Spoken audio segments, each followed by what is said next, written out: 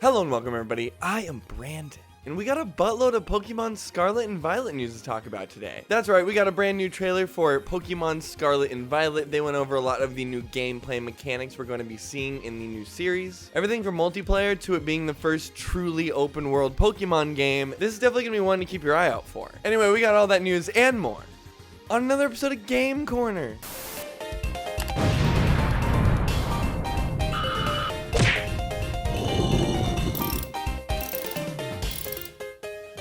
Thanks for watching, everybody. If you like what I do, please like the video, subscribe to the channel if you'd like to see more, and I'll stop wasting your time. So like I said, we got a brand new Scarlet and Violet trailer to go through today. It mostly was showing off a lot of new gameplay mechanics that we're going to be seeing in this new game in the series. This news about the trailer sort of came out of nowhere. Yesterday morning, the Pokemon Twitter account posted a tweet saying, "New Scarlet Violet trailer drops tomorrow. You read that right, trainers. Tune into our YouTube channel at 6 a.m. PDT on June 1st for the latest on Pokemon Scarlet and Pokemon Violet." And the Pokemon Company did not disappoint on that trailer. They actually came through earlier this morning with that trailer, and it kind of set Twitter ablaze for a while. If people weren't talking about multiplayer being added to Pokemon, they were talking about this bad boy. What an absolute unit. Oh, man.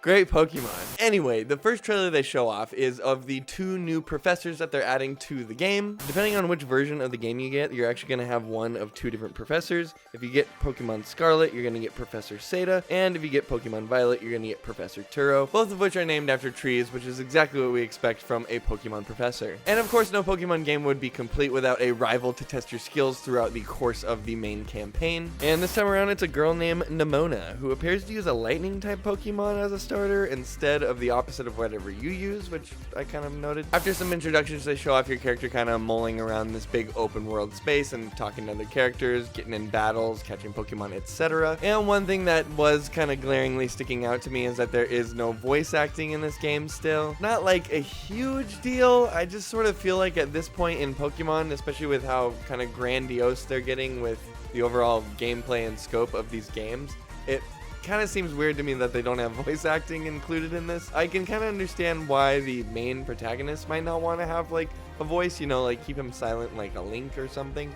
but I don't know, not having the other trainers and gym leaders and stuff talk to you just comes off as kind of weird to me. Anyway, not a huge deal, but I do have a feeling that this is kind of an omission because they feel like people would get mad at them, and I say that's bullshit. Anyway, like I said earlier, kind of the big, huge addition to this game, kind of the big thing that they're showing off in this trailer is that they're adding full-blown co-op multiplayer to the Pokemon series. This is obviously a gigantic addition to Pokemon. This is something people have been asking for ever, pretty much. And while it's not that MMO experience that maybe some people were looking for, having 3 other players kind of pop into your open world and rolling around and catching Pokemon and stuff like that with you sounds awesome. Not to mention they're bringing back all the battling and catching mechanics that we got in Pokemon Arceus, so it's all going to happen in real time. I'm definitely kind of curious to see how the multiplayer ends up turning out. Obviously, part of the game is catching Pokemon and getting into battles and stuff like that. And if you and your friends are all rolling around the open world doing that, I can't imagine time stops for everybody else so you can have a battle with a Typhlosion or whatever. Anyway, we're just gonna kind of have to wait and see. I imagine they'll have some sort of Pokemon Direct at some point where they'll go pretty deep into kind of what we're gonna be looking at here. That being said, on top of having the multiplayer, I think the addition of having that live action combat and catching system is just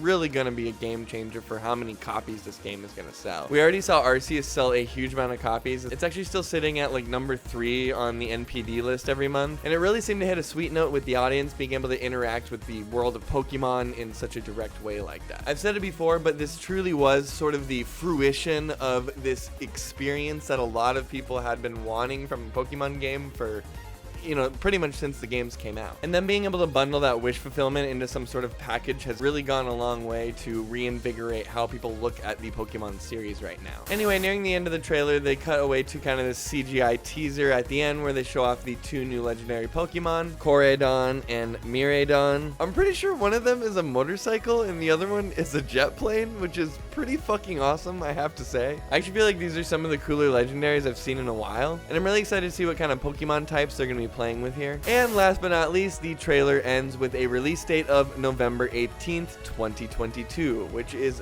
fantastic for my Fantasy Critic League. I'm gonna be scoring big on that one. And the little cherry on top right after the trailer ended, Toby Fox, the creator of Undertale, came to Twitter to say this. I had the honor of composing the field music for Pokemon Scarlet and Violet. After creating a concept sketch, Game Freak arranged it into many versions that you'll hear throughout the game.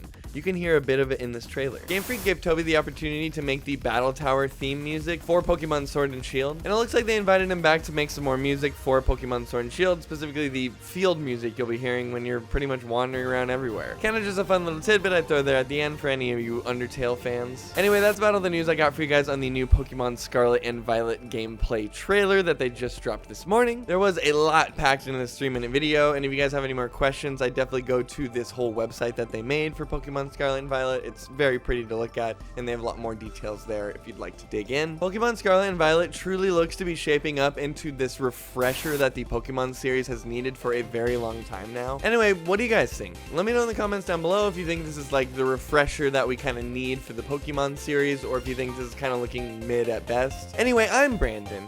This was Game Corner. Thanks for watching, and have a kick-ass week.